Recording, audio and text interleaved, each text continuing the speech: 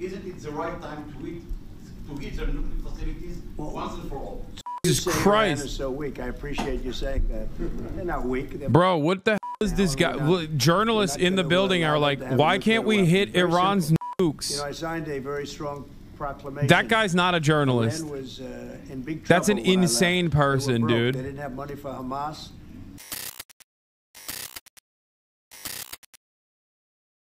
And Trump is now live with Benjamin Netanyahu. Maybe they don't. We're dealing with a very complex group of people, situation and people.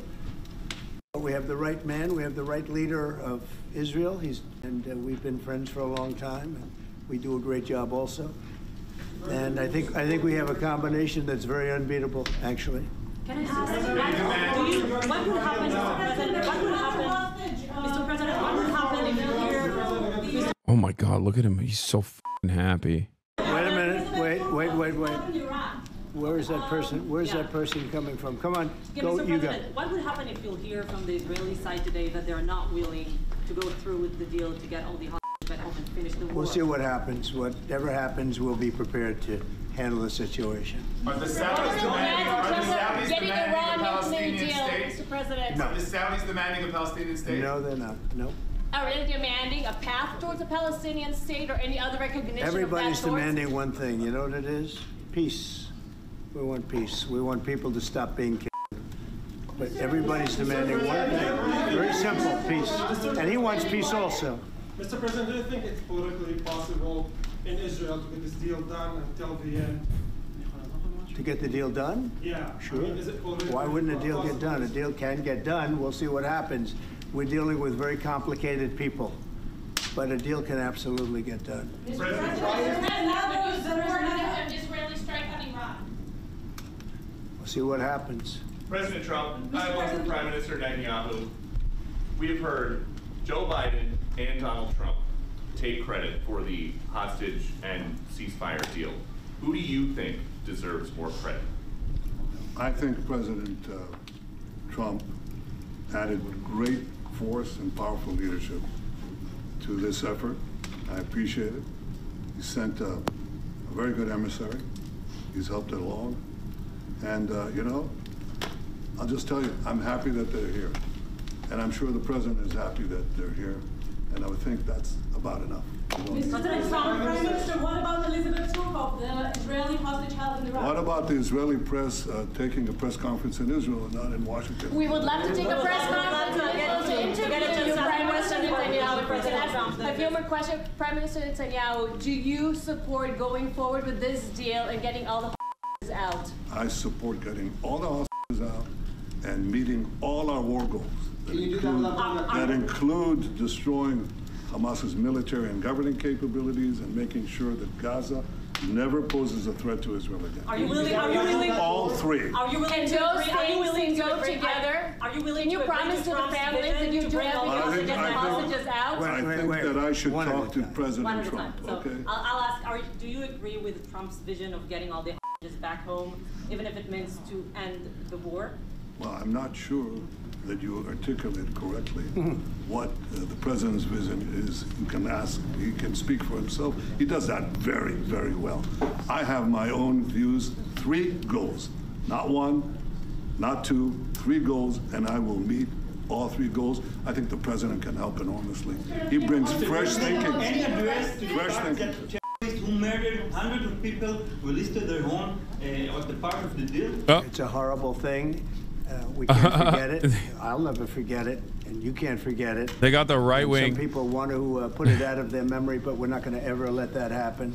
Why are you releasing the terrorists? October 7th. That was a horrible period of time, and a lot of people like to pretend it didn't happen. It happened. It's a big group of people that like to pretend it didn't happen, like the Holocaust didn't happen.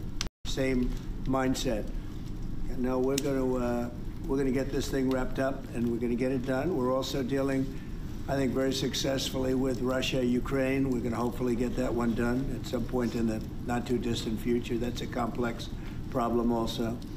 But we solve problems. You know, when I left, we had no problem. There was no Ukraine and Russia fighting. There was no October 7th. There was nothing. And some very poor leadership led to a lot of problems and a lot of And it's a shame, but we'll put it out. We'll put out the fires. We have a lot of fires, but we'll put them out. Mr. President, why do you still support a Palestinian state like the peace plan you presented in January 2020? Is this plan still on the table? Well, a lot of plans change with time, and a lot of death has occurred since I left and now came back. This occurred not while I was here, but while somebody else was here. It shouldn't have happened. They shouldn't have allowed it to happen. It would have never happened, and that includes Russia, Ukraine would have never happened. Not even a little bit, not even a chance. But now we are faced with a situation that's different, in some ways better and in some ways worse. But we're faced with a very complex and difficult situation, but we'll solve the problem. Mr. President, refugees get from Gaza, out of Gaza? If not Jordan, Egypt, what other countries you think might accept Palestinians from Gaza? Well, I think Jordan and Egypt will. I know they've spoken about it with you, and they say they're not going to accept. I say they will. But I think other countries will accept also. I think that Gaza maybe is a demolition site right now. If you look at Gaza, it's all, I mean, there's hardly a building standing, and the ones that are going to collapse. You can't live in Gaza right now, and I think we need another the guy sitting next to you did it. Location that's going to make people happy. You look over the decades, it's all death in Gaza. This has been happening for years. It's all death. If we can get a beautiful area to resettle people permanently in nice homes and where they can be happy and not be shot, not be killed, not be knifed to death like what's happening in Gaza. And right now you have in Gaza very dangerous explosives all over the place. In terms of tunnels that nobody knows who's in the tunnel, the whole thing is a mess. And I think that if we can resettle, and I believe we can do it in areas where the leaders currently say no. I mean, I've been saying that with Mexico, having to do with the border and all of the things, and you saw what happened, 10,000 soldiers, and they're going to do a good job. I really believe that, and I believe Canada is going to do a good job also. They said the same thing, and then they did something much different than what you were hearing. This is a very, very difficult situation, but we're going to get it solved. I don't think people should be going back to Gaza. I think that Gaza has been very unlucky for them. They've lived like hell. They lived like you're living in hell. Gaza is not a place for people to be living. And the only reason they want to go back, and I believe this strongly, is because they have no alternative. What's the alternative? Go where? There's no other alternative. If they had an alternative, they'd much rather not go back to Gaza and live in a beautiful alternative that's safe. Mr.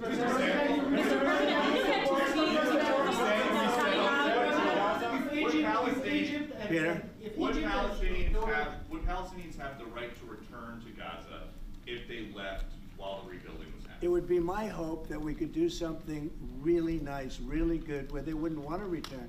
Why would they want to return? The place has been hell. It's been one of the meanest, toughest places on earth. That's, I can't believe a journalist said that. I mean, it's true. I've seen every picture from every angle, better than if I were there. And nobody can live there. You can't live there. So if we can build them through massive amounts of money supplied by other people, very rich nations, and they're willing to supply it. If we it's can crazy. for them and we're just talking about, like, we're talking about Palestinians like they're just not human, you know? They're just 5 or 6 areas. It doesn't have to be one area. But you take certain we'll just slap them into an ugly-ass Trump building quality housing, like a in the Sinai Peninsula. Town, like someplace where they can live and not die. Because Gaza is a guarantee that they're going to end up dying. The same thing's going to happen again.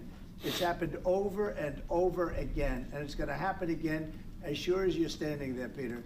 So I hope that we could do something where they wouldn't want to go back. Who would want to go back? They've experienced nothing but death and destruction. What will you do if Egypt and Jordan tell you no? What will you do then? Well, I don't think they're going to tell me no. Mr. President, I don't think they're going to tell me. What will you do if I think they're going to tell Biden no, and I think they're going to tell other people no. So you think it will happen at the end? I think there's a good chance, yeah. How many people are you thinking about? All of them. I mean, we're talking about probably 1.7 million people, 1.7 million, maybe 1.8 million. But I think all of them. I think they'll be resettled in areas where they can live a beautiful life and not be worried about dying every day.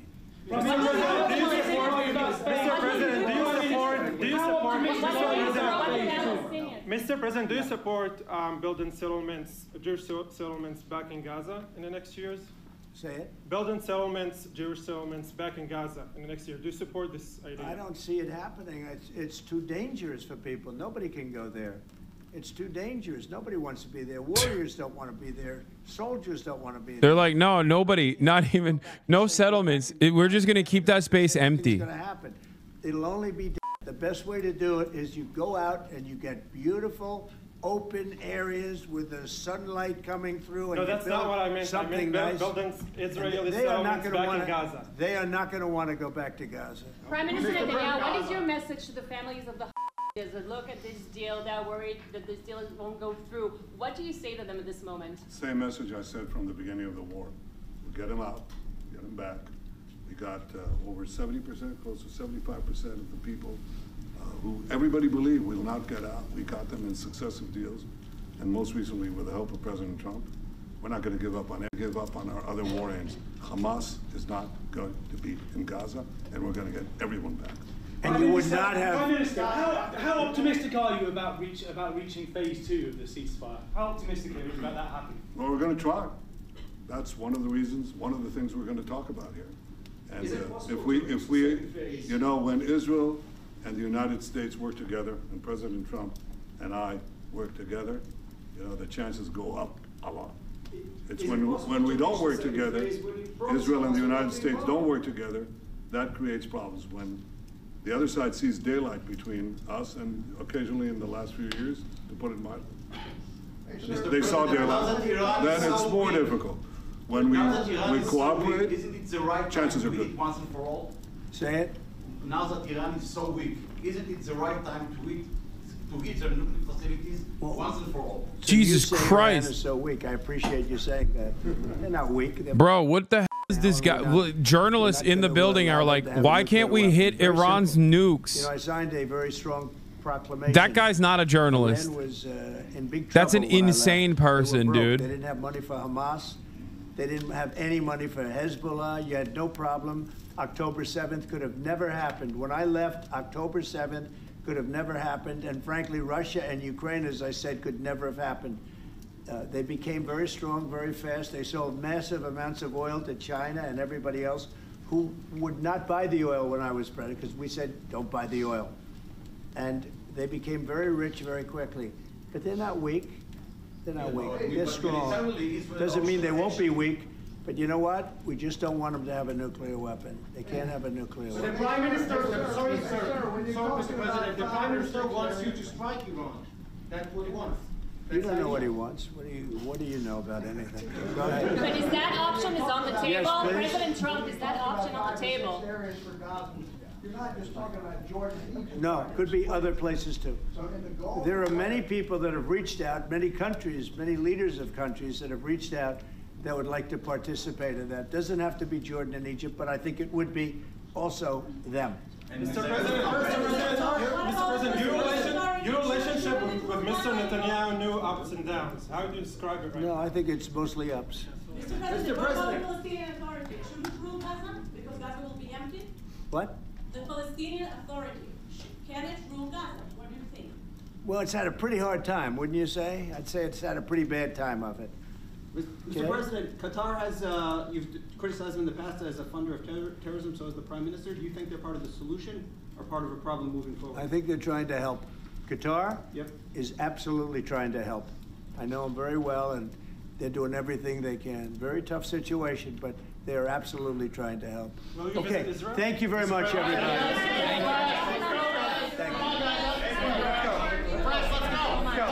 Thank you. Thank you, guys. You'll see him soon. Thank you, guys. Come on. Let's go. Let's go. Let's go, guys. Come on. Let's go. Thank you, Let's do. Come on, guys. Come on, guys. You'll see him soon. Thank you. Thank you. Thank you, guys. Let's go.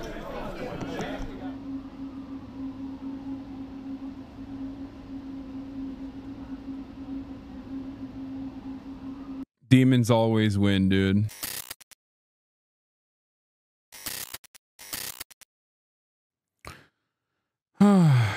Libs talk about systemic racism, but can't apply Wonderful it feeling, globally. All right, let's get back to our two demons in the White House.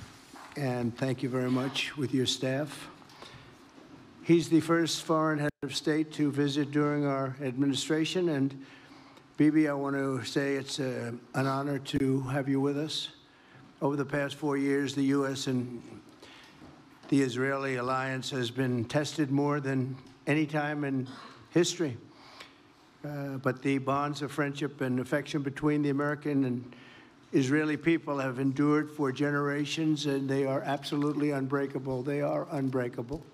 Unbreakable. I'm confident that under our leadership, the cherished alliance between our two countries will soon be stronger than ever. Unbreakable. We had a great relationship. We had great victories together 4 years ago. Not so many victories over the past 4 years, however. In my first term, Prime Minister and I forged a tremendously successful partnership that brought peace and stability to the Middle East like it hadn't seen in decades. Together, we defeated ISIS. We ended the disastrous Iran nuclear deal, one of the worst deals ever made, by the way, and imposed the toughest ever sanctions on the Iranian regime. We starved Hamas and Iran's other terrorist proxies, and we starved them like they had never seen before. Resources and support disappeared for them. I recognized Israel's capital, opened the American embassy in Jerusalem, and got it built, by the way. Built it too, just not only designated it, but got it built at a price that nobody's seen for 40 years. We got all Jerusalem stone right from nearby, and it's something that's very special. And recognized Israeli sovereignty over the Golan Heights, something that they talked about for 70 years, and they weren't able to get it, and I got it. And with the historic Abraham Accord, something that was really an achievement that was, I think, going to become more and more important because we achieved the most significant Middle East peace agreements in half a century, but the Abraham Accords in particular, and I really believe that many countries will soon be joining this amazing peace and economic development transaction. It really is a big economic development transaction. I think we're going to have a lot of people signing up very quickly. Unfortunately, for 4 years, nobody signed up. Nobody did anything for 4 years except in the negative. Unfortunately, the weakness and incompetence of those years, those past 4 years, the grave damage around the globe that was done, including in the Middle East, grave damage all over the globe. The horrors of October 7th would never have happened if I were president. The Ukraine and Russia disaster would never have happened if I were president. Over the past 16 months, Israel has endured a sustained, aggressive, and murderous assault on every front, but they fought back bravely. You see that, and you know that. What we have witnessed is an all-out attack on the very existence of a Jewish state in the Jewish homeland. The Israelis have stood strong and united in the face of an enemy that has kidnapped, tortured, raped, and slaughtered innocent men, women, children, and even little babies.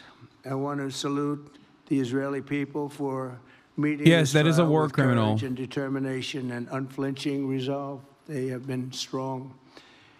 In our meetings today, the Prime Minister and I focused on the future, discussing how we can work together to ensure Hamas is eliminated and ultimately restore peace to a very troubled region. It's been troubled, but what's happened in the last 4 years has not been good. I want to thank Prime Minister Netanyahu for working closely with my transition team, the Special Envoy Steve Witkoff, who's here somewhere. Steve? Stand up, Steve, please. What a job you've done. What a good job you've done. Proud of you. Done a fantastic job. National Security Advisor Mike Waltz. Thank you, Mike, for working so well with us. Thank you. We have, in addition, Marco Rubio, who is on the phone right now, listening to every single word that we say, and he's going to be great. And Pete, congratulations. And Scott, congratulations. I see you're here. And Caroline's been doing a great job. She's really probably talked about more Little than Marco. anybody here. She's done a fantastic job, and thank you very much, Caroline. We're proud of you. But we'll only be satisfied when all of these problems are solved, and we have the team to solve them, and that's going to happen. And it's going to happen, I think, very quickly. I also strongly believe that the Gaza Strip, which has been a symbol of death and destruction for so many decades, and so bad for the people anywhere near it, and especially those who live there, and frankly, who's been really very unlucky. It's been very unlucky. It's been an unlucky place for a long time. Being in its presence just has not been good, and it should not go through a process of rebuilding and occupation by the same people that have really stood there and fought for it and lived there and died there and lived a miserable existence there. Instead, we should go to other countries of interest with humanitarian hearts, and there are many of them that want to do this, and build various domains that will ultimately be occupied by the 1.8 million Palestinians living in Gaza, ending the death and destruction and, frankly, bad luck. This can be paid for by neighboring countries of great wealth. It could be 1, 2, 3, 4, 5, 7, 8, 12. It could be numerous sites, or it could be one large site. But the people will be able to live in comfort and peace, and we'll make sure something really spectacular is done. They're going to have peace. They're not going to be shot at and killed and destroyed like this civilization of wonderful people has had to endure. The only reason the Palestinians want to go back to Gaza is they have no alternative. It's right now a demolition site. This is just a demolition site. Virtually every building is down. They're living under fallen concrete that's very dangerous and very precarious. They instead can occupy all of a beautiful area with homes and safety, and they can live out their lives in peace and harmony instead of having to go back and do it again. The U.S. will take over the Gaza Strip, and we will do a job with it, too. We'll own it and be responsible for dismantling all of the dangerous unexploded bombs and other weapons on the site, level the site and get rid of the destroyed buildings, level it out, create an economic development that will supply unlimited numbers of jobs and housing for the people of the area. Do a real job, do something different. Just can't go back. If you go back, it's going to end up the same way it has for 100 years. I'm hopeful that this ceasefire could be the beginning of a larger and more enduring peace that will end the bloodshed and killing once and for all. With the same goal in mind, my administration has been moving quickly to restore trust in the alliance and rebuild American strength throughout the region. And we've really done that. We're a respected nation again. A lot's happened in the last couple of weeks. We are actually a very respected nation again. I ended the last administration's de facto arms embargo on over $1 billion in military assistance for Israel. And I'm also pleased to announce that this afternoon, the United States withdrew from the anti-Semitic UN Human Rights Council and ended all of the support for the UN Relief and Works Agency, which funneled money to Hamas and which was very disloyal to humanity. Today, I also took action to restore a maximum pressure policy on the Iranian regime, and we will once again enforce the most aggressive possible sanctions, drive Iranian oil exports to zero, and diminish the regime's capacity to fund terror throughout the region and throughout the world. We had no threat when I left office. Iran was not able to sell oil. Nobody was buying oil because I said, don't buy it. If you buy it, you're not doing any business with the United States. And Hamas was not being funded. Hezbollah was not being funded. Nobody was being funded. There would never have been an October 7th. 2 weeks ago, I once again designated the Houthis as a terrorist organization. They're trying to destroy world shipping lanes, and that's not going to happen. And over the weekend, I ordered airstrikes against senior ISIS leaders hiding in the caves of Somalia and took them out. Here in America, we've begun the process of deporting foreign terrorists, jihadists, and Hamas sympathizers from our soil, just as we have people that are extremely evil, and we're sending them out of our country. They came from jails. They came from mental institutions and insane asylums, and they were dumped into our country. They're gang members. We're getting them out at numbers that nobody can actually believe. And every single country is taking those people back. They said they would never take them back, and they're all taking them back, and they're taking them back very gladly. And I recently signed an executive order combating the vile wave of anti-Semitism that we've seen in the aftermath of the October 7th attacks. Together, America and Israel will renew the optimism that shined so brightly just 4 years ago. It was really a bright, beautiful light.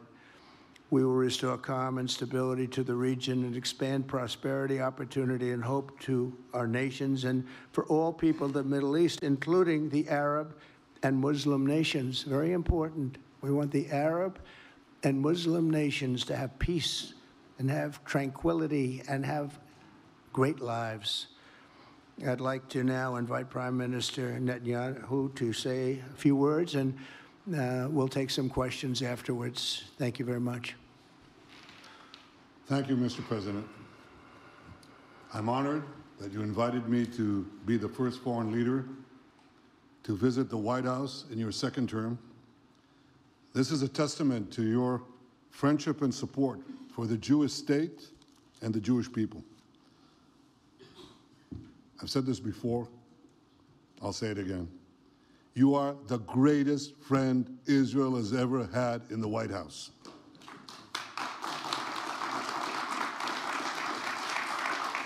And that's why the people of Israel have such enormous respect for you. In your first term, you recognized Jerusalem as Israel's capital. You moved the American embassy there. You recognized Israel's sovereignty over the Golan Heights. You withdrew from the disastrous Iran nuclear deal. I remember we spoke about it. You said, this is the worst deal I've ever seen. I'm elected, I'm walking out of it. That's exactly what you did.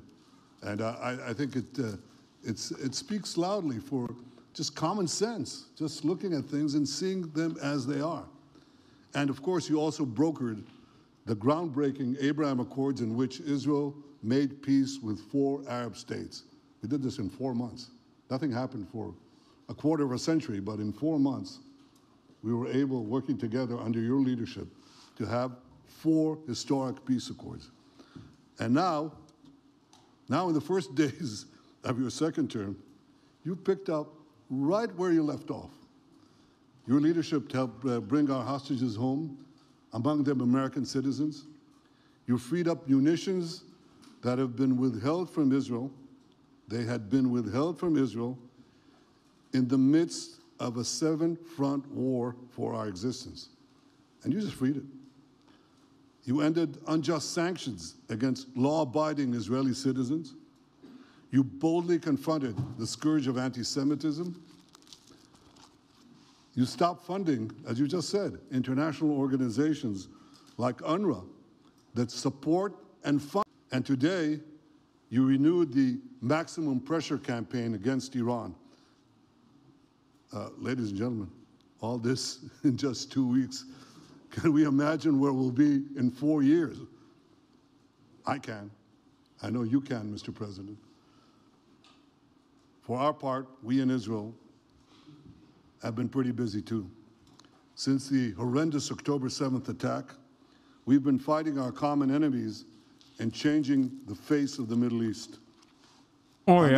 that infamous day, Hamas monsters savagely murdered 1,200 innocent people, including more than 40 Americans. They beheaded men, they raped women, they burnt babies alive, and they took 251 people hostage to the dungeons of Gaza. And after this worst attack on Jews since the Holocaust, His Iran president and still its lies henchmen about in the that. Middle East were absolutely ecstatic. Haniya praised the massacre. Sinwar said that Israel was finished. Nasrallah boasted that Israel was, here's what he said, as feeble as a spider's web. Well, Mr. President, Haniya is gone. Sinwar is gone. Nasrallah is gone. We've devastated Hamas. We decimated Hezbollah. We destroyed Assad's remaining armaments. And we crippled Iran's air defenses. And in doing this, we've defeated some of America's worst enemies. We took out terrorists who were wanted for decades for shedding rivers of American blood, including the blood of 241 Marines murdered in Beirut. We accomplished all this with the indomitable spirit of our people and the boundless courage of our soldiers. The Bible says that the people of Israel shall rise like lions, and boy did we rise. Today, the roar of the Lion of Judah is heard loudly throughout the Middle East. Israel has never been stronger, and the Iran terror axis has never been weaker. But as we discussed, Mr. President, to secure our future and bring peace to our region, we have to finish the job. In Gaza, Israel has 3 goals: destroy Hamas's military and governing capabilities, secure the release of all of our hostages, and ensure that Gaza never again poses a threat to Israel. I believe, Mr. President, that your willingness to puncture conventional thinking that has failed time and time and time again, your willingness to think outside the box with fresh ideas will help us achieve all these goals. And I've seen you do this many times. You cut to the chase. You see things others refuse to see. You say things others refuse to say. And after the jaws drop, people scratch their heads and they say, you know, he's right. And this is the kind of thinking that enabled us to bring the Abraham Accords. This is the kind of thinking that will reshape the Middle East and bring peace. We also see eye to eye on Iran. That's the same Iran that tried to kill us both. They tried to kill you, Mr. President. They tried through their proxies to kill me. We're both committed to rolling back Iran's aggression in the region and ensuring that Iran never develops a nuclear weapon. Mr. President, ladies and gentlemen, Israel will end the war by winning the war. Israel's victory will be America's victory. We will not only win the war, working together, we will win the peace. With your leadership, Mr. President, and our partnership, I believe that we will forge a brilliant future for our region and bring our great alliance to even greater heights. Thank you. Thank you very much, baby. Very nice. Thank you. And J.D. Vance, everybody. J.D., please, Vice President, stand up. He's been doing a good job. He's been working very hard on all things, but this Fake in Catholic. particular. We'll take some questions, please. Yes, ma'am. Go ahead, please. Go ahead. Yeah, go ahead. Mr. President, can a normalization deal with Saudi Arabia be achieved without the acknowledgement of a Palestinian state? That question for you too, Mr. Prime Minister. And Mr. President, given what you've said about Gaza, did the U.S. send troops to help secure the security vacuum? So Saudi Arabia is going to be very helpful, and they have been very helpful. They want peace in the Middle East. It's very simple. We know their leader and their leaders very well. They're what PC are you using? People, My they own? want peace in the Middle East. As far as Gaza is concerned, we'll do what is necessary. If it's necessary, we'll... So he said he's going to take over the Gaza Strip. The U.S. will take over the Gaza Strip, and we'll do a good job with it too. President Trump says, suggesting plans to rebuild the area. Trump repeats his earlier suggestion that Palestinians leave Gaza to go to neighboring countries. Egypt and Jordan have outright rejected this previously. Once again, going back to the same dynamic that I explained prior, which is they're taking a more hands-on approach to the colonialism. They're taking a more hands-on approach to the violence, and I think this is precisely in that, you know, in that same vein. Owning it, especially the strength that we're developing and developed over the last fairly short period of time. I would say really since the election. I think will be a great a keeper of something that is very, very strong, very powerful, and very, very good for the area, not just for Israel, for the entire Middle East. Very important. And we'll, again, have thousands of jobs, and there'll be jobs for everyone, not for a specific group of people, but for everybody. Okay, please. I think peace between Israel and Saudi Arabia is not only feasible, I think it's going to happen. I think if we had another half a year in your first term, it would have already happened. True. Many, many more, I agree, many more nations. I think you can't prejudge and pre-guess how we'll achieve it, but I'm committed to achieving it. And I know the president is committed to achieving it. And I think the Saudi leadership is interested to achieve it. So we'll give it a good shot, and I think we'll succeed. Yeah, please, go ahead.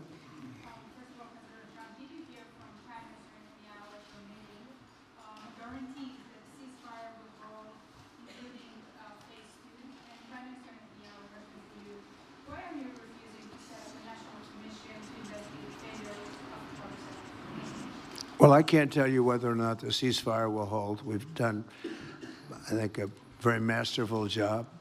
We weren't helped very much by the Biden administration, I can tell you that. But we've gotten quite a few hostages out. We're going to get more out. But we're dealing with very complex people.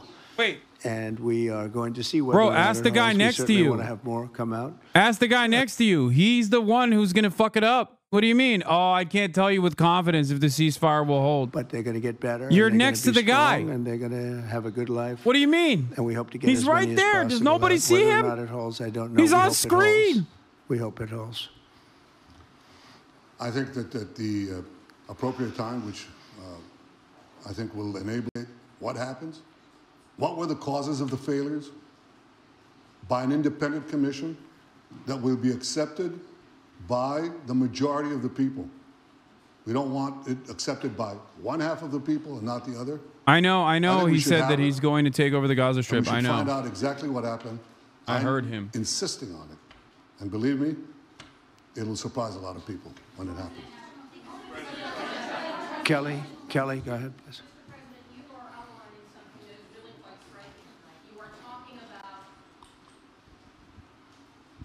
Thank you, Mr. President, Mr. Prime Minister. You are talking tonight about the United States taking over a sovereign territory. What authority would allow you to do that? Are you talking about a permanent occupation there, redevelopment? And Mr. Prime Minister, do you see this idea as a way to expand the boundaries of Israel and to have a longer peace? Even How can you stay sane while listening to this? How important that land is to you and your citizens. I don't know. I just expect the worst from the start. Space is inherited by the Palestinians. It allows me to be more I do see a long-term composed ownership position, and I see it bringing great stability to that part of the Middle East and maybe the entire Middle East. And everybody I've spoken to, this was not a decision made lightly. Everybody I've spoken to loves the idea of the United States owning that piece of land, developing and creating thousands of jobs with something that will be magnificent in a really magnificent area that nobody would know. Nobody can look because all they see is death and destruction and rubble and demolished buildings falling all over. It's just a terrible sight. I've studied it. I've studied this. Who did it? Very closely over a lot of months, and I've seen it Who from did it? every different angle. And it's a very, very dangerous place to be, and it's only going to get worse. And I think this is an idea that's gotten tremendous, and I'm talking about from the highest level of leadership, gotten tremendous praise. And if the United States can help to bring stability and peace in the Middle East, we'll do that. Bibi? I mentioned again tonight our three goals. And the third goal is to make sure that Gaza never poses a threat to Israel again. President Trump is taking it to a much higher level. He sees a different future for that piece of land that has been the focus of so much terrorism, so many attacks against us, so many trials and so many tribulations. He has a different idea. And I think it's worth paying attention to this. We're talking about it. He's exploring it with his people, with his staff. I think it's something that could change history, and it's worthwhile really pursuing this avenue. Yeah, please, go ahead. Go ahead. Right.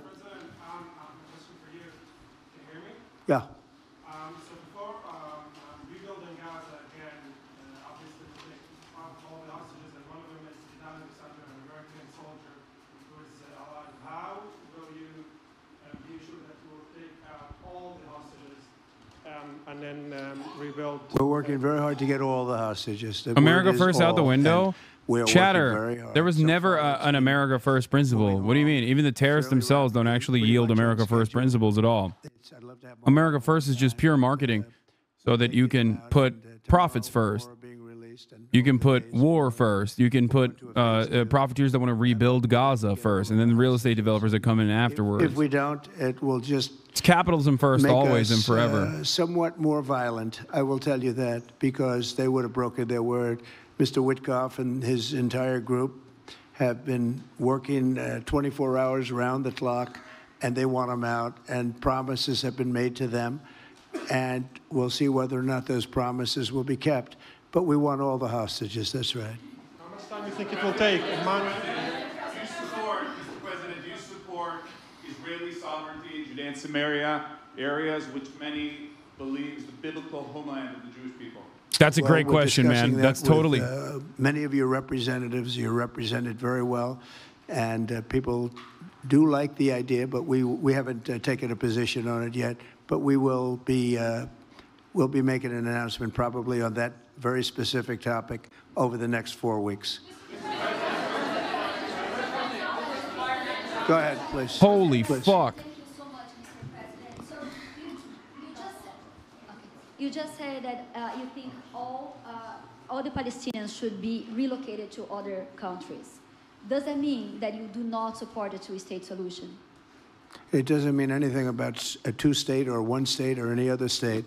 It means that we want to have, we want to give people a chance at life. They have never had a chance at life because the Gaza Strip has been a hellhole for people living there. It's been horrible. Hamas has made it so bad, so dangerous, so unfair to people. And by doing what I'm recommending that we do, it's a very strong recommendation, but it is a strong recommendation. By doing that, we think we're going to bring perhaps great peace to long beyond this area. And I have to stress, this is not for Israel. This is for everybody in the Middle East, Arabs, Muslims. This is for everybody. This would be where they can partake in terms of jobs and living and all of the other benefits. And I think it's very important. It just doesn't work the other way. You know, you can't keep trying. They just has been going along for so many decades, you can't even count. You just can't keep doing. You have to learn from history. You can't keep doing the same mistake over and over again. Gaza is a hellhole right now. It was before the bombing started, frankly. And we're going to give people a chance to live in a beautiful community that's safe and secure. And I think you're going to see a tremendous outflowing of support. I can tell you, I spoke to other leaders of countries in the Middle East, and they love the idea. They say it would really bring stability, and what we need is stability. Yes, sir, please. Go ahead. Thank you. Are you still committed to imposing sanctions on the ICC, despite the move being stalled in the Senate? And please, a question for the Prime Minister as well. The President has been very clear about his desire to achieve a deal with Saudi Arabia. How do you settle this if Israel is required to renew the war against Hamas in the future? That's literally Channel 14. That's Benjamin Netanyahu's channel. I think everybody understands that just as the President fought and defeated Al-Qaeda and ISIS, that we can't leave Hamas there because Hamas will continue the battle to destroy Israel. They'll do, you know, when in this temporary ceasefire, one of their leaders comes out, you know what he says? We're going to do October 7th again, except we'll do it bigger. So obviously, you can't talk about peace neither with Hamas or in the Middle East if this, you know, toxic, murderous organization is left standing. Any more that you could make peace in Europe after World War II if the Nazi regime was left standing and the Nazi army was left standing.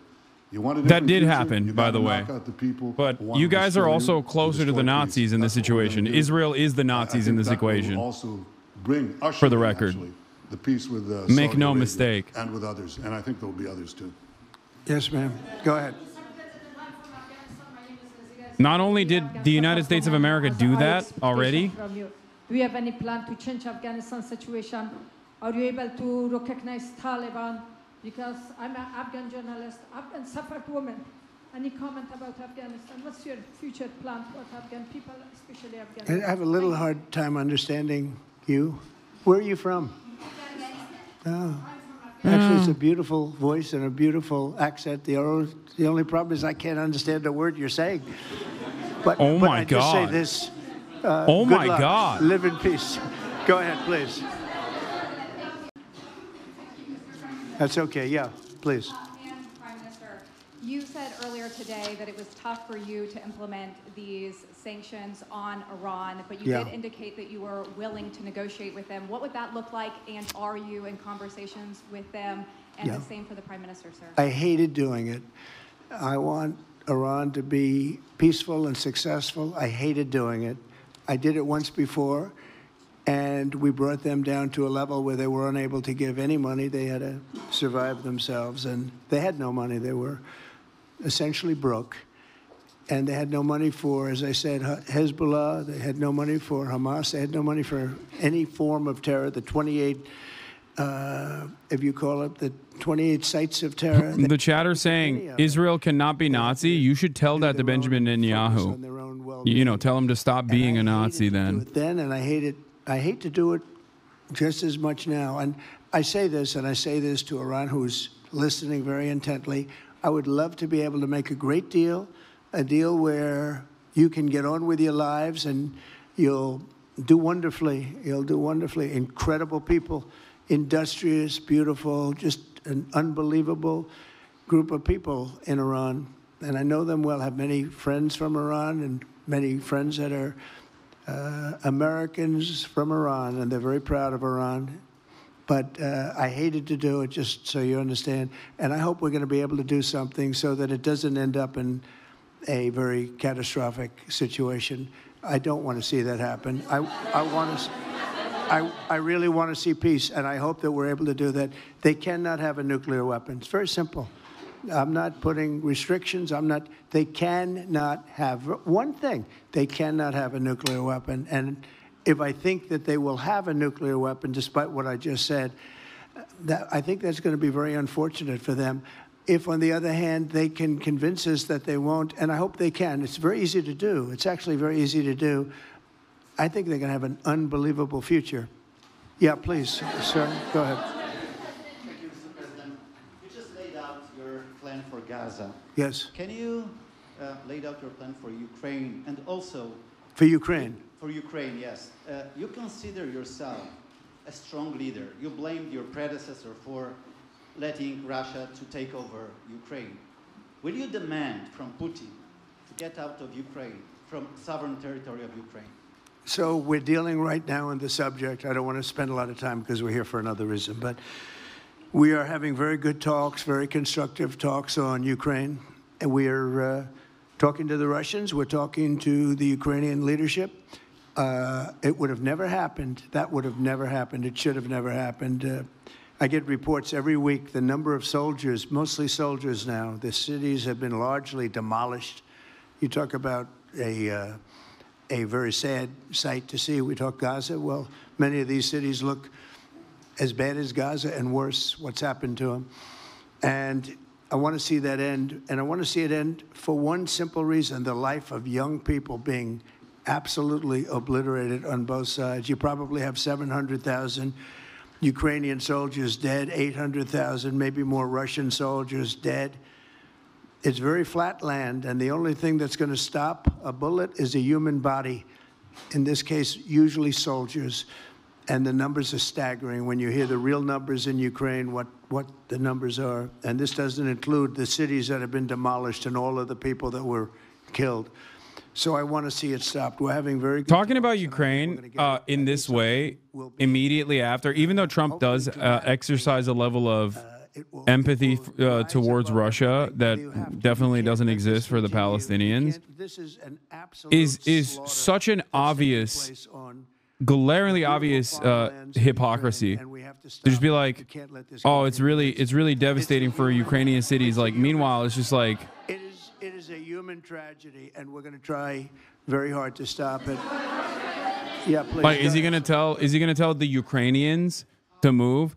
Actually, with Donald Trump, I don't even want to know the answer to that, to be honest. He's going to be like, yeah, well, you know, we just got to get 30 million Ukrainians to move. They're all Slavic anyway. They can go to Poland. They are already in Poland. They could go to Poland. The more I talk about it, the more I'm thinking maybe he will say that. So obviously, let's not, you know. Pivot of everything that we're talking about. He said Iran cannot have a nuclear weapon. And we fully agree with that. If But Russians are the Israelis and Ukrainians are the Palestinians in this situation. So be it. No, I know that. I'm saying he's gonna. At first, I was gonna say it demonstrates this like glaringly obvious hypocrisy where he understands the humanity of the Ukrainians, but it's Donald Trump, so he doesn't really understand that either. So in some ways, it's not. You know. Anyway, It's a campaign of pressure to see if we can get something done. He doesn't want to do what some people think will automatically happen because they're very difficult people to deal with, as you know. But if we could solve this problem without warfare, without all of the things that you've been witnessing over the last number of years, it would be, I think it would be a tremendous thing. Go ahead, please. Do you have any plans to visit Israel soon? To visit where? Israel and Gaza. Oh, well, I love Israel. I will visit there, and I'll. Russians aren't the same as Israelis. Are you insane? Arabia, and I'll visit. It's reductive, but in this dynamic, the Russian state's actions in Ukraine are quite similar to, are definitely closer to Israelis' actions in Gaza. The Israeli government's actions in Gaza. What are you talking about? Sure, Ukraine is not an occupied territory that is like dominated by the Russian government in perpetuity in the same way that the Gaza Strip is. Not an open-air prison. But yeah, no, there is definitely a lot more similarities with Russian action in Ukraine to Israeli action in Gaza. I've been invited. The only difference is Ukraine is backed by all of the Western powers and is a standing military and is a state with sovereignty, whereas Palestine has never gotten that. Go ahead. On what you were saying there. Say it. Go ahead, please. Just to follow up on what you were saying about the Gazans leaving Gaza, going to other countries. One, where exactly are you suggesting that they should go? And two, are you saying they should return after it's rebuilt? And if not, who do you envision living there?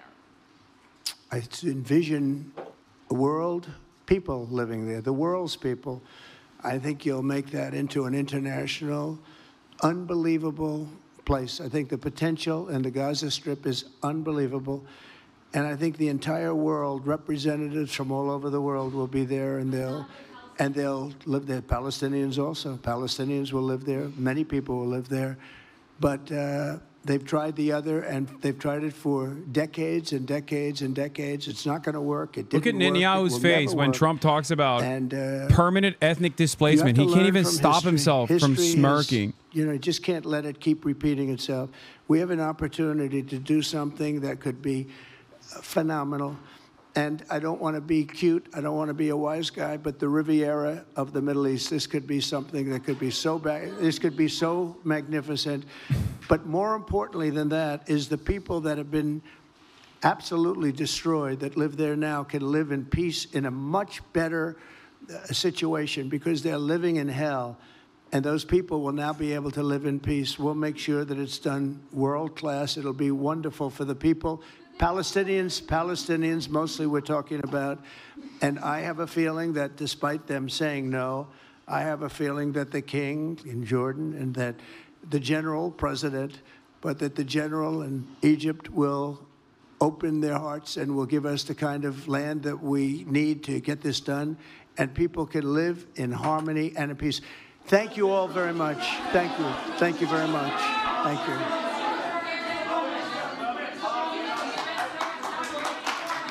Yeah, Jordan has already said that that's not going to happen, but it doesn't matter because Jordan is literally already a West. So I don't know how much pressure they can apply in this process. But it's wonderful because this way, you push the Palestinians into Egypt and Jordan, and then a decade later, you can also invade Egypt and Jordan.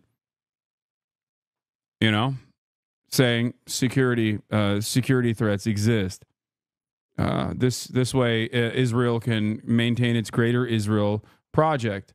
Here, let's look at what CNN is saying about this this disastrous press conference. Palestinians also. Palestinians will live there. Many people will live there. American foreign policy only goes in one direction, chat. As I've said time and time again, it's uniparty, and it only goes in one direction, and that direction is fucking evil.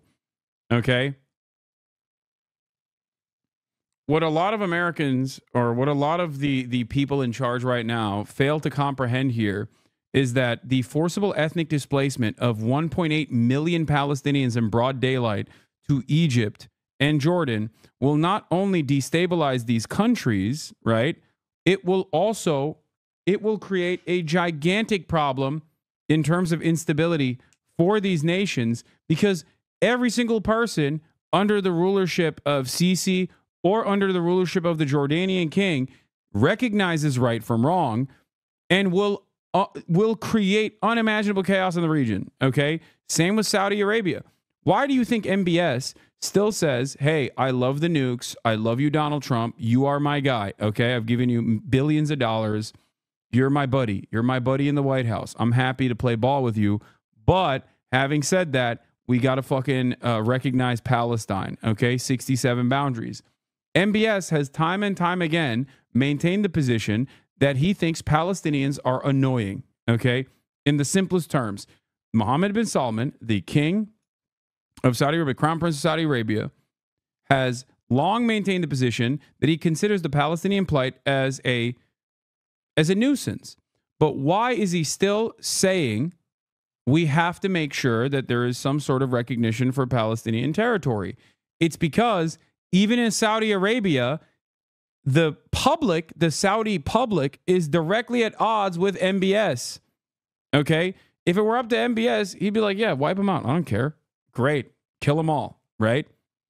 I want to be able to do more sports washing. I want to be recognized broadly. I want nukes. I want to be recognized broadly by the Western world. The problem for him, though, is that even his population in Saudi Arabia are very, very frustrated if he were to concede to Israel without any sort of recognition of a Palestinian state. Okay? President say such words. Never mind the history here that really flies in the face of so much of what he said. But let's just focus on the president himself for one moment. He also said, did not back away from the idea of sending U.S. troops to the region. Donald Trump rose in his political prominence because of his opposition to America's longest wars in the Middle East, of course, Iraq and Afghanistan. And there we heard President Trump saying, not ruling out the idea of sending a U.S.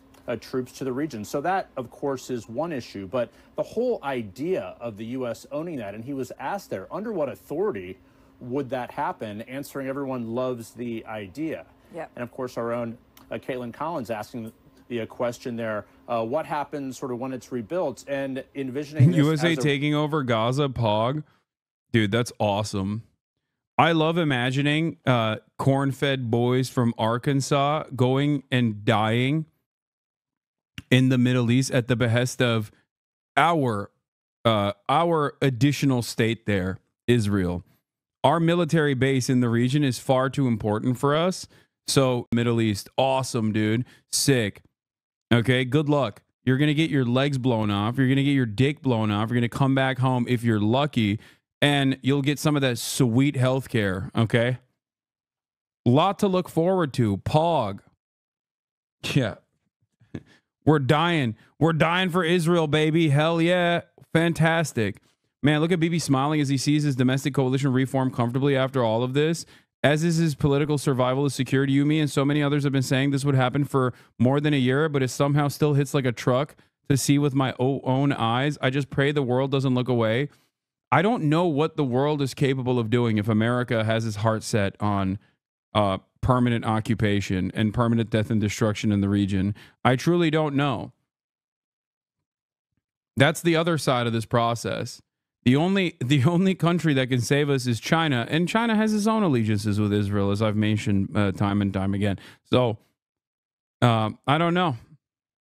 It is incredibly bleak. I'm not going to lie to you. Building off of what Trump came out and said in his opening statement that built off of what he had been saying all day long, even before the Israeli prime minister arrived here at the White House, which was talking about Palestinians leaving Gaza while it is being rebuilt. He has now suggested twice that Egypt and Jordan could take them. Both of those countries have outright rejected any notion of that happening. And I should note the King of Jordan will be visiting here next week, as the president was just referencing to me there when he was answering my question, and looking at this in terms of what this looks like going forward and how the United States would take ownership of the U.S. Gaza. He left open the idea that American forces could be involved in that. But the real crux of that question is where the Palestinians are supposed to go. There are over 1 million people living in that enclave. And while the president is talking about what it looks like now and how destroyed it has been since this war started 16 months ago, that is the question here, because obviously this is an area that is rife with tension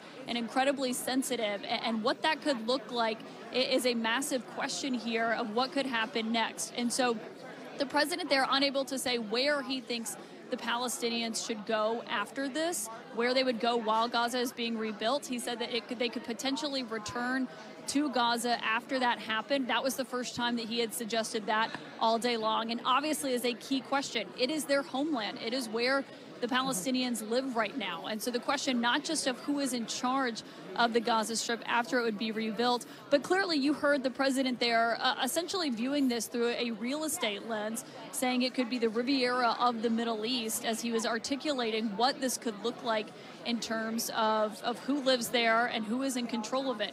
That has created a ton of questions. What does this mean for the future of the ceasefire tonight, Aaron? I think that hangs in the balance, because there was already a question when the prime minister was arriving here of how that second phase would be carried out and what exactly that would look like. Now, the question is whether or not Hamas still abides by this ceasefire, as they are hearing the American president say that the U.S. is going to take over the land in which Hamas lives now. And, of course, many of these Palestinian civilians who have been fleeing this war and already displaced from their homes. And now the U.S. president is suggesting that they could permanently. Do you think Saudi Arabia and Sunni Arab states will cede to U.S.-Israeli demands for Palestinian displacement to refugee camps in neighboring countries?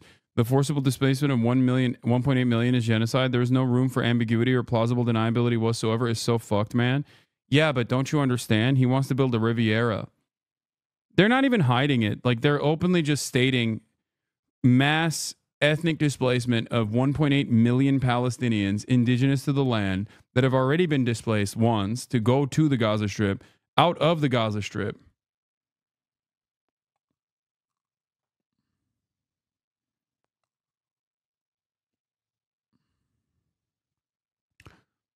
It is unambiguously ethnic cleansing.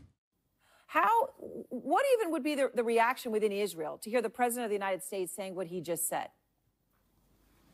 CNN's framing of it is I think, wrong. Aaron, we need to be really clear about what we just heard from the president of the United States. CNN's framing of this is wrong. Okay, they're doing State Department. They're running defense for the State Department, claiming, "Oh no, they'll be able to go back once it's rebuilt." Okay, they can stay there while it's being rebuilt. Then, okay, that's it.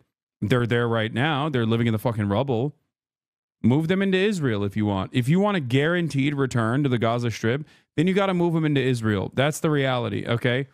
Because if there's one group of people that definitely would be tasked with rebuilding Gaza ASAP, it would be Israelis, okay? It's actually mind-boggling how in the same sentence CNN just said, it is now a question of whether Hamas abides by the ceasefire after Hamas said the U.S. will take over Gaza. Am I going insane? Did I hear that wrong? No, you're not going insane.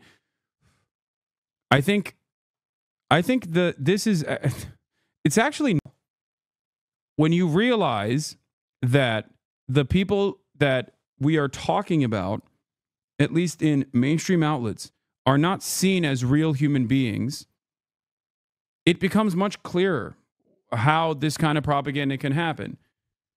Palestinians are not considered to be real human beings. They're not considered to be human at all. So obviously, how to deal with them can be talked about in these ways.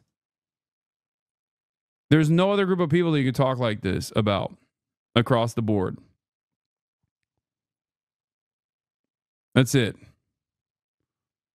We'll talk to someone who will talk about how they still have the keys to their family's home in Ashkelon, which is on obviously the Israeli side, who are Palestinians. Like, to imagine the people who live in Gaza are just going to happily, merrily go live in some kind of a permanent refugee camp, like Syrians have been living in. Okay, Syria, great. Obviously, They're anti-Trump, so they'll finally cover it truthfully. The only reason to go back is if they have nowhere else to go. Jim, of course, that's not the reason they want to go back. They want to go back because it's home. So then what does all this actually mean? Does this all just become a whole lot of hot air or not? Well, listen, apply that principle to any other war or conflict that involves two people fighting over a piece of land. Did George Mitchell suggest moving the Catholics out of Ireland, right? I mean, when you were speaking about South Africa, did you discuss moving all black South Africans out of Africa to solve the issue here? It's preposterous, and it's illegal by any understanding of international law that you would forcibly move people away from their homes. It's crazy. The agency here, right, is the agency of the Palestinian people. Right. Are they going to be frog marched out of their country by U.S. forces as it's then rebuilt as a Riviera by presumably U.S. property developers? That seems to be what the president. It's not seems to be what the president is suggesting. It is what the president is suggesting in so many words. And I would just say that the thing is with Trump, he seems to be applying this principle, if you want to call it that, to other places as well. He wants Greenland, apply pressure to an ally, in this case, a treaty ally, Denmark, and take ownership, maybe send some money their way, and make it part of the U.S. Same with Panama. Violate a decades-old treaty to take back the Panama Canal. Where is the agency of the nations whose territory is sovereign, right? Much like the Palestinian people in Gaza. It seems to be a Trump worldview here that requires moving people off their land. The other piece I would say, it requires two other countries giving up their land, right? Jordan and Egypt to become new homes for the Palestinian people. And by the way, their leaders have said they have no interest in doing that. And of course, there was also. It's not about the leaders, man. It's not about the leaders of Jordan and the leaders of Saudi Arabia. It's never about them. It's never been about them. It's entirely about the Palestinians. And the more we sidestep Palestinians from this conversation, the more October 7 and the conditions for October 7 get primed up. All of this, and watching the look on Prime Minister Netanyahu's face, I was struck, Jeremy, by the fact that even he, I don't want to use the word giddy, but in a sense, that's the right word. So much for the protest vote against Kamala, just made it worse. This is such a stupid attitude to have, because one, there's no inclination that Kamala Harris the only thing that we knew about Kamala Harris was that she was literally doing the same exact thing that Joe Biden was doing, even if it actually harmed her electoral chances. Okay, that's number one. And number two, I maintain the position that Donald Trump was going to be worse than Kamala Harris. You're coming to someone who literally openly recognized that this was going to happen. I warned of this happening. And at the time, Kamala Harris, or at least any liberal that wanted to win, could have been like, yeah, we're going to actually put an end to this. We're going to put a stop to what Joe Biden is doing. And they chose not to. Okay? So saying that, like, oh, so much for the protest vote, especially when Kamala Harris lost by wider margins than the people that voted for someone else, is just idiotic. I don't know why liberals often repeat this false notion. It just doesn't make any sense. Kamala Harris lost by wider margins than the protest voters that voted for Jill Stein. Even if you were to combine all of the protest voters, okay, even if it is combined, exactly, appreciate Hasan on how shit it is to mock the Gaza voters. Those voters made a rational decision based on what Biden and Harris did, especially if they assumed she was going to lose already, which she was fucking going to do. I can't believe H. Bizzle is saying this. I don't know if you're saying this sarcastically or not. Oh my God. We got the UAW, we got the DNC's very own H. Bizzle even fucking chirping right now. That's crazy. It's true, by the way. I mean, you're 100% correct, H. Bizzle. This is it.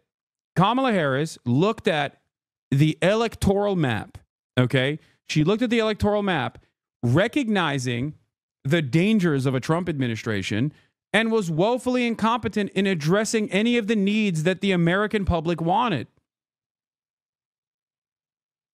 So no, especially considering that she lost margins than even the protest votes combined, this is an insane statement to advance.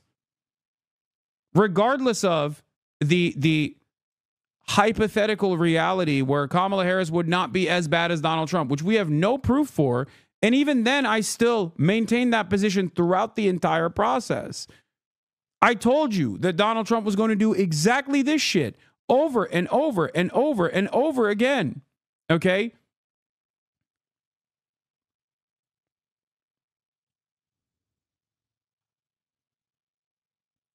Liberals just go with whatever narrative makes them feel morally superior. I mean, yeah, it's just like,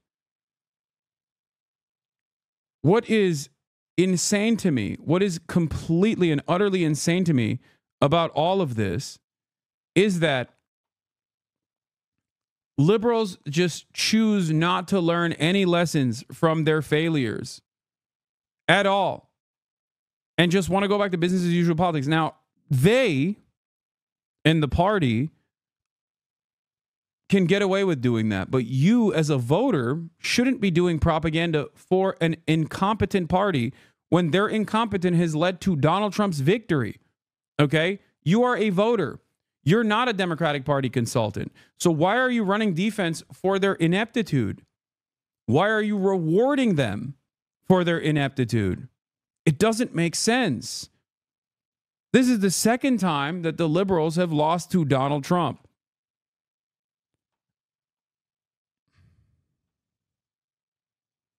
Hi, my name is Julia Ayafe. I did not care that Biden facilitated genocide in Gaza, but now that Trump is in office, I suddenly want to act like I care about ethnic cleansing in Gaza. I'm doing it solely to score political points because I'm a proud partisan genocidal ghoul. Yeah. I hope everyone's happy now that they got Genocide Joe out of office. Yeah, they went from Genocide Joe to Genocide Trump. What are we talking about?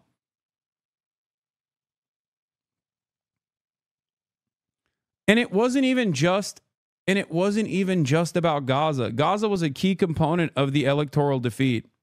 Okay, for Kamala Harris, especially in Michigan, sending Richie Torres, sending Bill Clinton out there, doing all this shit was obviously a unimaginably stupid decision.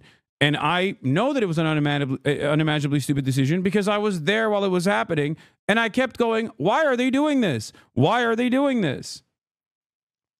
One thing that I must remind people, okay, is that even beyond Gaza, the Kamala Harris campaign was so unimaginably inept, so unqualified to meet the needs of the American public that they lost.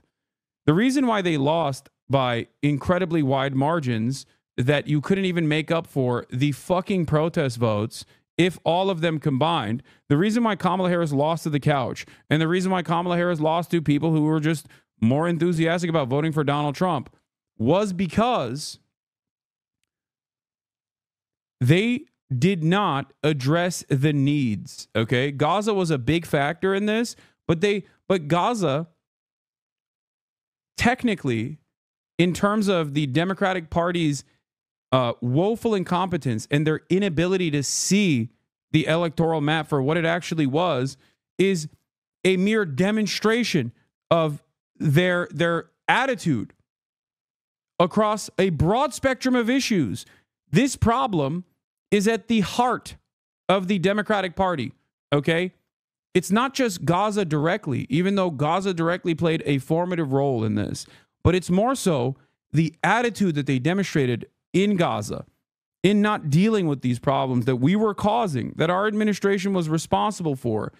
It actually can translate, that blindness can actually translate to every other issue, whether it be protection for marginalized people, whether it be fucking healthcare, whether it be labor protection, or even defending some of the good things that the administration had done, defending its own successes.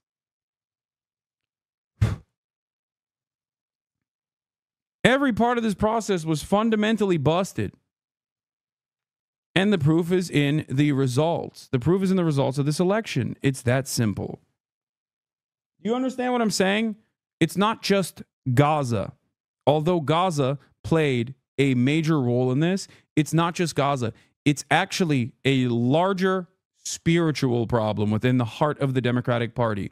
Their inability or outright disinterest in addressing the needs of the broader population.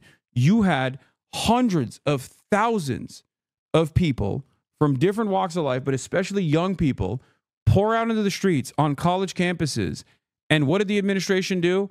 They said, we're going to combat anti-Semitism. What did they do in the process of combating anti-Semitism? Arrest 3,100 college students. 3,100 college students were arrested. A higher number of arrests than at January 6th. Okay?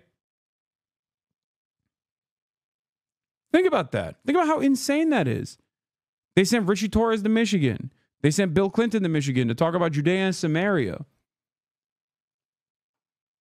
It was insane. Trump, on the other hand, being a better politician overall, was a better liar. He went to Dearborn. He ate some Palestinian food. You know what I mean?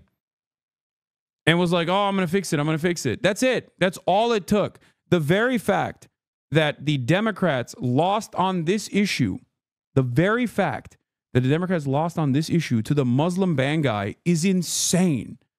Okay? Think about that. How is that possible? It's like the TikTok situation all over again. Donald Trump says he wants to ban TikTok when he's in office. Can't do it. The Democrats now own the ban of TikTok. And then Donald Trump is now seen as the savior of TikTok. How do you fuck up so hard?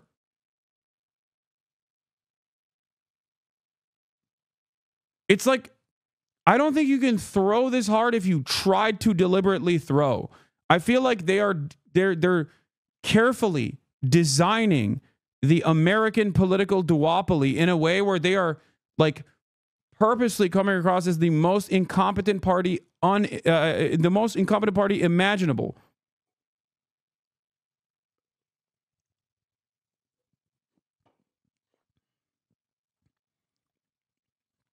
And a big part of that is also the Democrats' inability to understand that they're supposed to earn your votes.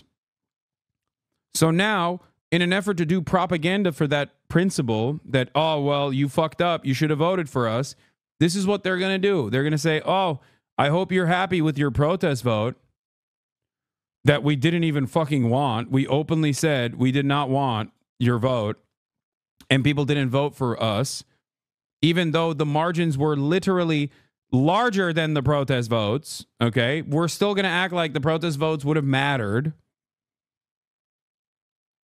And we're simply going to refuse to address the issues at hand here and keep giving the country away to charlatans who want to pick it apart for scraps and sell it off to private enterprise. I have friends mocking the Gaza voters today, and I'm like, why are you mocking people making a rational decision, especially when his fucking party lost a 32-count convicted felon and doesn't win elections outside the national swing? Nothing these fools scolding the Gaza voters are even doing is impacting the elections. And the fact that this party has parts of its base choosing nihilism over voting for it in the face of fascism shows us that nothing the party is doing is having a positive impact on anyone's lives. We had around 50% of the electorate choose a felon, telling people he would do the fascism. So where does this party get off on mocking anyone? Pack of losers. The other thing that is nuts on it is polling showed that most American Jews believed that what Israel was doing in Gaza was fundamentally wrong.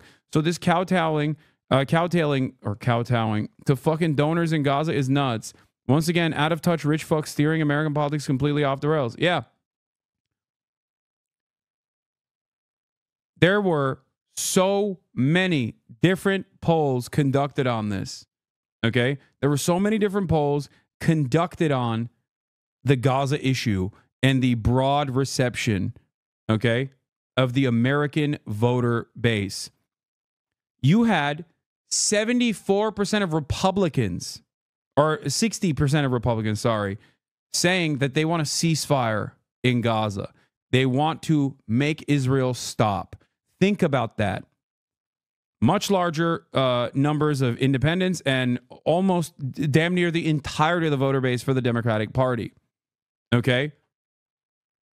This wasn't a secret. This was never a secret. So if you're sitting around saying like, oh, dude, you know, here, you get what you deserve or whatever, admitting that you had no care or consideration for the humanity of these people, and you actually kind of like that Donald Trump is doing this violence, because this kind of violence in your mind is punishing your neighbors who made the wrong choice, because all you care about is party.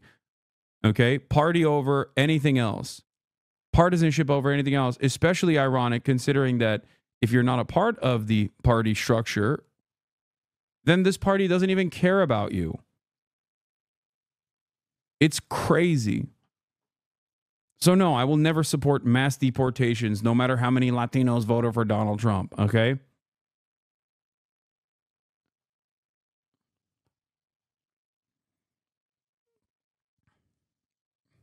Anyway, I mean, here, yeah, this is another glaringly obvious indication of the ineptitude here for Kamala Harris. Chappell Roan comes out during the Grammys and makes a speech. I told myself if I ever won a Grammy and I got to stand up here in front of the most powerful people in music, I would demand that labels in the industry profiting millions of dollars off artists would offer a livable wage in healthcare, especially for developing artists. Labels, we got you, but do you got us, right? To which partisan Olivia Giuliana, the #1 defender of the Democratic Party, and perhaps one of the worst propagandists for the Democratic Party, says, if only there had been a presidential candidate who had an entire plan to expand healthcare access. To which Felix replied with, do you think that the candidate might have had a credibility problem with that issue after claiming she supported Medicare for all during her doomed primary bid and then immediately disavowing that in a few dozen very public positions she held? We like to, I guess, like, people just, like, it's a very interesting predicament that the Democratic Party's most loyal propagandists also are maintaining the same out of touch, unprincipled stances that the Democratic Party's people in position of power maintain. It's weird. When Olivia Giuliana says stuff like that, she's not saying that to the broader public. She's saying that to people in power within the Democratic Party. She's basically saying, I'm playing ball. Look at me. I'm a loyal servant to you. Okay? It's very interesting. The Republicans don't work in that same way. Okay? They don't.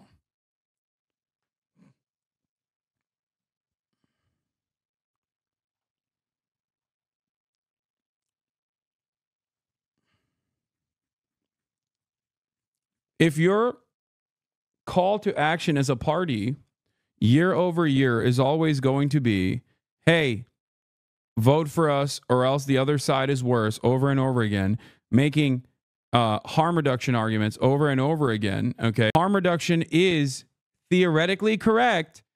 Americans demonstrably do not move in that direction. They do not make a decision based off of harm reduction. They've shown that time and time again. They've shown that specifically with Donald Trump, as a matter of fact. What will it take for the Democrats to wake up to the reality that you have to sell people on voting for you? Okay? I don't understand it.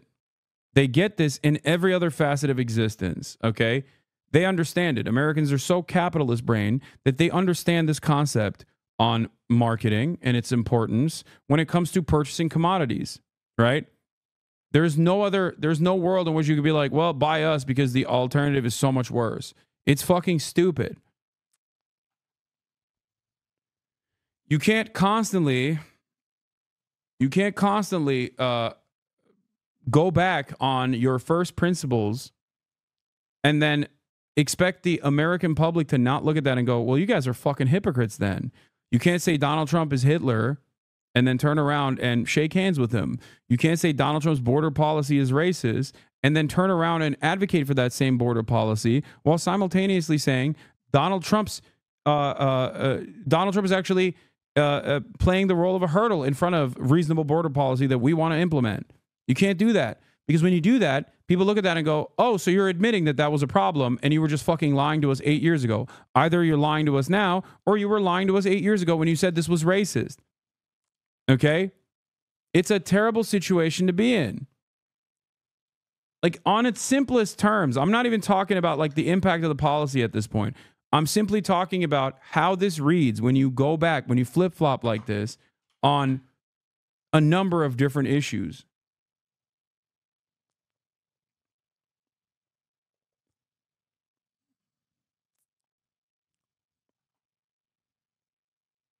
Like, and the Democrats have consistently done this. It's kind of crazy. They've done this on virtually everything. They've done this on fucking defunding the police, dude. The Democrats were like, Republicans want to defund the police. Not a single voter believed that.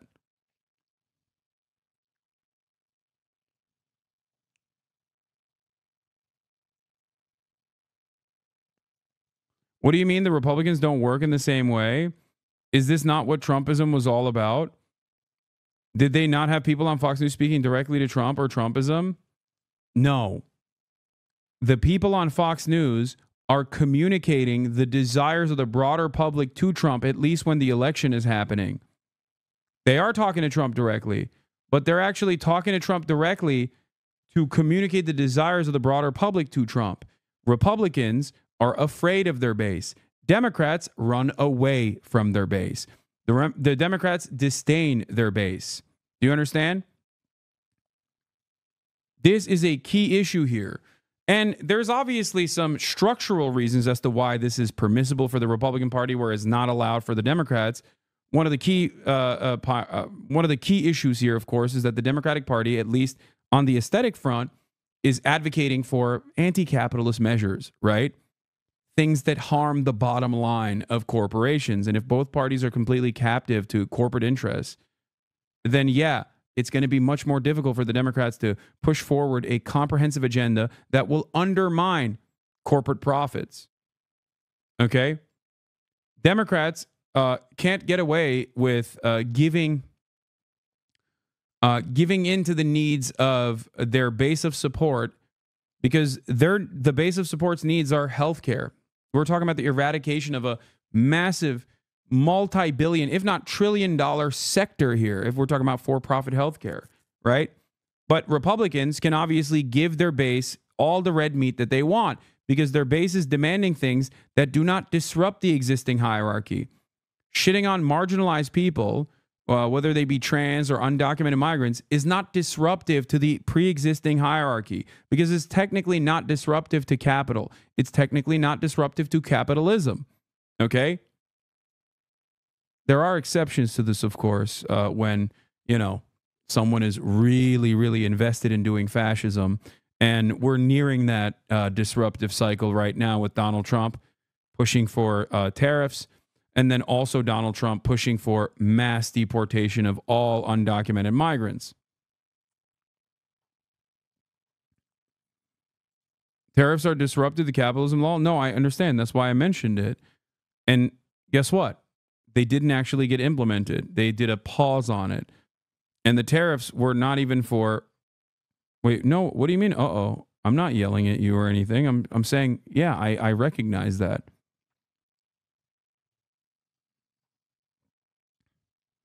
But do those ideas come from the base itself or those on high? No, of course not. Everything that Donald Trump does is for the base itself. But all the culture war shit that he pursues is for the base. Donald Trump is also... Take the trans issue, okay? This is a minuscule percentage of the population, totally marginal, utterly irrelevant in terms of like what the government is supposed to do. And yet they get talked about endlessly, okay? Why do they get talked about endlessly? They're portrayed as villains. They're portrayed as contributing to the moral degeneracy of Western civilization, in the same vein that Nazis also said the exact same thing about trans people and gay people in general. But the reason why they use that as an issue is because it's not disruptive to capital, okay? It's a great way to shift your attention back to a group of people that are vulnerable and have no serious mechanism of pushback, no legal recourse, no massive lobby, no way to actually actively fight back when the government decides you don't exist anymore. Okay? Same goes for undocumented migrants. And the point I'm making here is that Trump can so easily turn that conversation and reshift his priorities to trans people or undocumented migrants that way. And it's something that he has volunteered before, that Donald Trump has personally stated, and I still remember, in front of a massive crowd, I think it was at like CPAC or something. It wasn't at CPAC, but Donald Trump literally was like, I used to talk about all these different things, and you don't cheer as much as you do when I talk about trans people. Donald Trump himself was pro-trans in 2016 when he ran, played a major role in him coming across as a moderate voice to the broader electorate, something that people forget. Okay? By 2024, Donald Trump was obviously vehemently anti-trans. That transition happened because this was something that he thought was an adequate way to reshift the priorities of the base and give them some red meat, per se. Do you understand?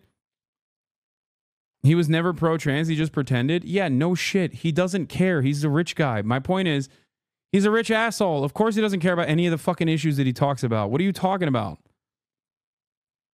The only thing he cares about is advancing his own wealth, gaining more power. That's the only thing he cares about. Palestinians have a bunch of different possibilities right now, Lindsay. All right, Perry Russom-Forrest, thanks so much.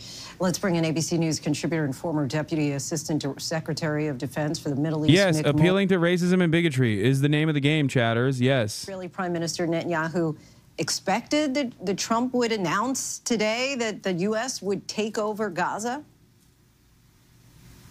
So, Lindsay, we don't know. He did look somewhat surprised, but they did have a pre-meeting with Steve Witkoff yesterday before this meeting. So I would assume that this topic would... The trans issue, even against Kamala Harris, is not even about trans people itself. It was that Kamala Harris would rather care about the silly shit than help you, okay? That's why it was effective. Anti-trans sentiment on its own is not broadly popular. Anti-trans sentiment needs to be packaged in a way where Americans, other things that Americans care about, have to be harmed somehow. Okay? And this is something that I have repeated over and over again, and is shown in the internal focus groups that the, Family Matters and all these other like right-wing Christian fascist think tanks have put together. If you just say, fuck trans people, they're mentally ill, people look at you and go, ew, dude, chill out. But if you say, fuck trans people because they're unfair, they're getting an unfair advantage in sports, they go, yes, I agree. Okay? It's very difficult to see how it would actually occur. With regard to Trump saying that he would like to see the U.S. take ownership position in Gaza, just in terms of cost and time, what would it take to rebuild Gaza? So I've seen estimations that it would take anywhere but 10 to 15 years and cost anywhere between $50 to $65 billion. And that's just basic reconstruction. A lot of that would be, of course, dismantling and removing the tons and tons of rubble that has been caused by this conflict. So it'd go potentially 15 years to even get to a place where people could move in and live there if they were doing a complete demolition and then a reconstruction of a 25-mile long strip of land. All right, Nick Mulroy, so appreciate your time as always. Thank you. One of President Trump's nominees was just confirmed. Pam Bondi will serve as Attorney General after a 54-46 vote. Senator Fetterman was the only Democrat to vote yes. Meanwhile, two controversial nominees cleared the first hurdle. Secretary of Health and Human Services nominee Robert F. Kennedy Jr. and Director of National Intelligence nominee Tulsi Gabbard advancing out of committee on party line votes. Here's ABC's senior political correspondent Rachel Scott. Tonight, two of the president's most controversial nominees clearing key hurdles, on track for confirmation, as skeptical Republican senators fall in line.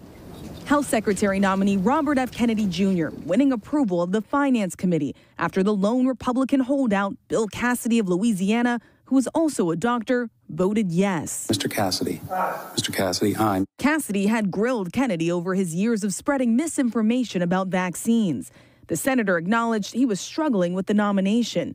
But ultimately, Cassidy, who is facing re-election next year, fully aware of the pressure he could face for voting no, now giving Kennedy his full support. Ultimately restoring trust. It's so difficult for him, dude. It was so difficult for him. He really had a crisis. He really had an internal crisis, but of course, unsurprisingly, as many Republicans have done time and time again,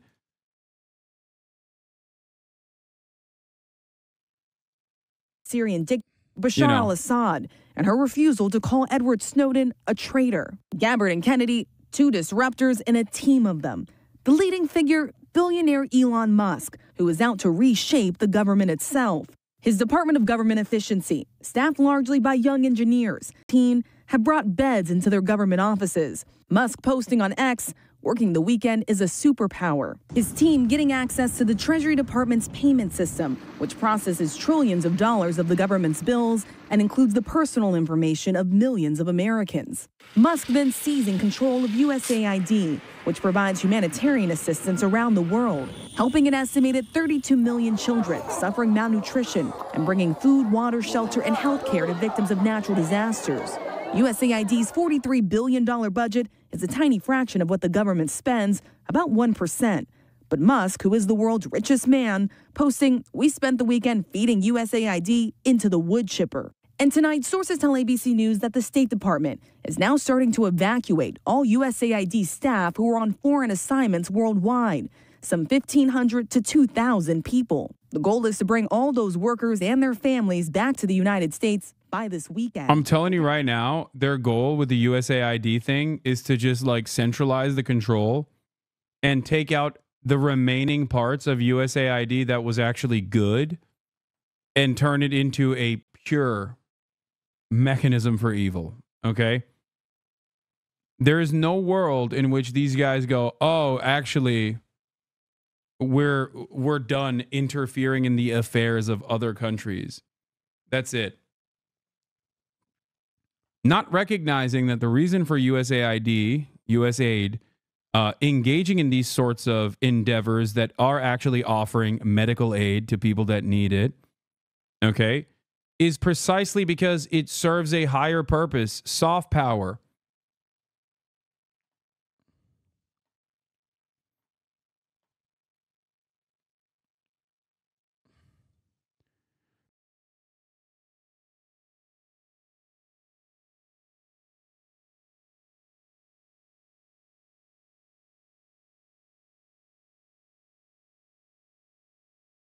Any vote for the occupation of Gaza will fail in the Senate. This is a non-starter. What happened to the anti-war president? 30 Dem knows max. Yeah. I think this is delusional. I think Ruben Gallego is out of his mind if he thinks that the Democratic Party will unite. First of all, Featherman's a definite yes. Okay. I have news for you. We aren't taking over Gaza, but the media and the chattering class will focus on it for a few days, but Trump will succeed in distracting everyone from the real story. The billionaires using government to steal from regular people. No, they're going to do it, I think. I don't know why Chris Murphy is saying they're not going to do it. Also, there is no anti-war party. That's it. There is no anti-war party. The Democrats are certainly not the anti-war party. I 100% agree with that. Across the entire federal government, they want to reshape every agency to their own interests. Someone like Rubio recognizes the weapon that U.S. aid can be. And this is what they mean when they say they will return the agency to its core mission. Yeah. I think they're like, cut it with this like DEI soft power shit. Okay. We're not doing that anymore. Not realizing that like that plays a fucking role. Republicans are so funny because they just like fail to comprehend. They fall for their own propaganda sometimes. There is a attitude brewing in the third world, okay, in the global south, and people are going to get very mad at me for saying this, so gear up for it. But there is an attitude in a lot of parts of the world that America has actively destabilized, that all this gay shit, okay, which I 100% obviously agree with, you know, I do a bunch of gay shit myself, is seen as like Western interference, okay? People develop a disdain for it because they see it as like Western interference and Western influence. There's already a fundamentalist principle out there to begin with in many of these countries, because that's what happens when your country is fucking destabilized, okay? And the only people that are seen as like devoid of any sort of Western intervention and Western interference are the fundamentalists. Iran is a great case study for this, obviously. So is Afghanistan. But definitely Iran, more so than anyone else. So many of these countries where like USAID operates, look at a lot of the initiatives that America is doing in terms of like building up civil society organizations and things like that as Western interference, as like Western influence coming into the country and seeking out mechanisms of destabilization.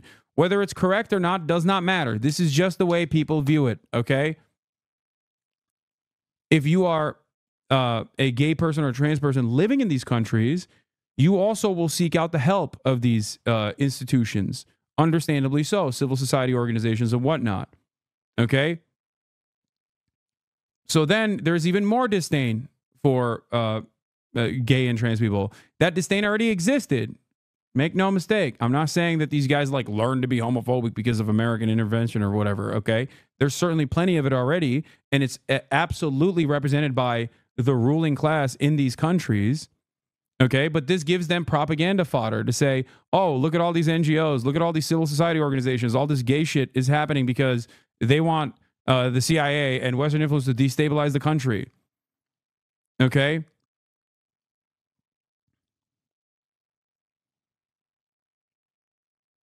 Also, it's not that all that USA does, like the social media they treated, not like that's all USA does, like the social media they created in Cuba. Yes, USAID also plays a role alongside the CIA in destabilizing countries directly. Absolutely.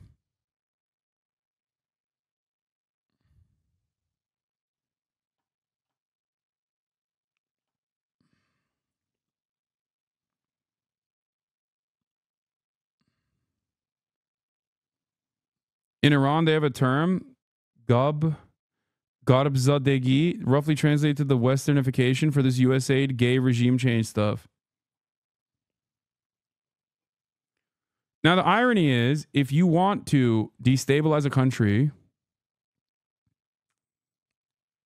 if you want to destabilize a country and you set up civil society organizations, okay, that talk about like promoting DEI or talk about like, helping gay people, then that does actually play a role in beefing up the legitimacy of American intervention. That's why for liberals, at least, for liberals here in America, they constantly bring up the horrible treatment of gay people and trans people in these countries, or the horrible treatment of women in these countries, right?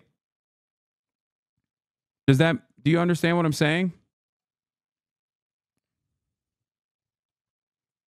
We're spreading freedom in these nations. We're helping improve the lives of women in these nations. A big part of the Afghan withdrawal and the broad negative reception from American media at the time of Joe Biden's Afghanistan withdrawal was, look at all these women that we're harming by destabilizing the green zone, by basically abolishing the green zone in Kabul. Like, it's over. Now Afghan women are going to be dominated. And it's true. They are, right? But the adequate way to maintain feminism in Afghanistan, or try to build up feminism or a feminist movement in Afghanistan, bombing Afghanistan for years and years, allowing the Taliban to basically grow back in its power and influence and prominence as the sole people that are fighting back against American occupiers, and then giving the country back to them. Wait, did this motherfucker change the third time? Yes. This chatter says, I'm from Egypt now, living abroad. A big portion of my family believe that gay representation in Hollywood is a part of U.S. intervention. There's U.S. intervention, but the anger is misplaced towards other marginalized groups. Is messed up. Definitely compounds on pre-existing conservative values. Exactly. It gives conservatives, which exist in other countries as well, lo and behold, more opportunity to propagandize. I know this from Turkey. That's it. They always say you're a servant of the British or you're a servant of America in Turkey. Ironically enough, Erdogan is the biggest servant of American empire, but that's besides the point. They say you're a servant of American empire because you're doing gay propaganda, okay? He has a lot of confidence, and he thinks that because he's American, it's the U.S., he can do whatever he wants. He's been able to a lot of the times, but what he doesn't realize is that he doesn't have one thing. This dude is a Hasanabi head for sure. And that is that they have their faith, and that they know that no matter what happens, that they have that to back them up. And as it says in the Quran, anybody can plan. They plan. Trump plans. Everybody plans. But Allah always also plans, and nobody's a better planner than Allah. How would you describe currently how this crowd is feeling? I noticed that since this last hour that there's really been more outrage pouring out of you guys. Pissed off. I mean, there's a war criminal on our soil. There's a war criminal where we live. Right, like I live 15 minutes from here. It's maddening, obviously, and there's no other reaction other than like, hey, this guy needs to leave. This guy needs to be in prison. That's like the best thing that can happen to him. That he needs. You know what's funny about the Egyptian conservatives, Egyptian conservative parents of that chatter, and another chatter pointed this out. But we say this about Hollywood in America too, because there is a hog universality. This is what I always mention: hog universality. It exists. I mean, there's always so much to protest. There's always People need to recognize it. They kind of bank on that. There's so much going on at all times that no one can keep up with it. But I mean, it's our job to make sure that we're on the right side of history, and that at the very least we focus on the things that matter to us, that resonate with us, so that in all the evil that's surrounding the world, that we can at least show up for things that. This is for all the liberals gloating. Uncommitted's Layla El Abed. For months, we warned about the dangers of Trump. Our calls largely went unheard. Harris left a vacuum by not visiting Michigan families impacted by U.S. bombs. Democrats had a chance to persuade voters they were the better alternative, and they blew it. I feel sad and angry and scared for our communities. For months, we warned about the dangers of Trump at home. Okay? Harris left the vacuum by not visiting Michigan families impacted by U.S. supply bombs to help create a permission structure for their trust, while Trump visited Dearborn and filled the community in despair with lies. Trump's illegal calls for ethnic cleansing are horrific. But as on so many other issues, Democrats had a chance to persuade voters they were the better alternative, and they blew it. Okay? And that's precisely what's happening here. That's precisely what happened. And anyone that tries to tell you like, oh, dude, these guys are fucking stupid. Okay? Like others care. Lol, you're dumb to think that the left cares. I don't even know what you're talking about. This is so vague. Every single voter, no matter how stupid, can still recognize when the party actively is saying, we don't want you. And the Democrats communicated only that. Okay? Maybe because of the shame that they felt in their hearts, if they're capable of feeling shame, because they were literally killing their immediate family members, or whether because they just simply did not care and foolishly thought they could win by creating a neocon Liz Cheney coalition, or whether it was because they wanted to lose, because they don't care if Donald Trump wins, because Donald Trump will advance the agenda of American empire, and they'll be able to sit there and collect money from campaign contributions by pointing to all the awfulness that Donald Trump is contributing to American existence. Okay? Are the progressives staying at home on election day yet? I don't think you understand. The people in this community are not the people that you should be trying to talk to, okay?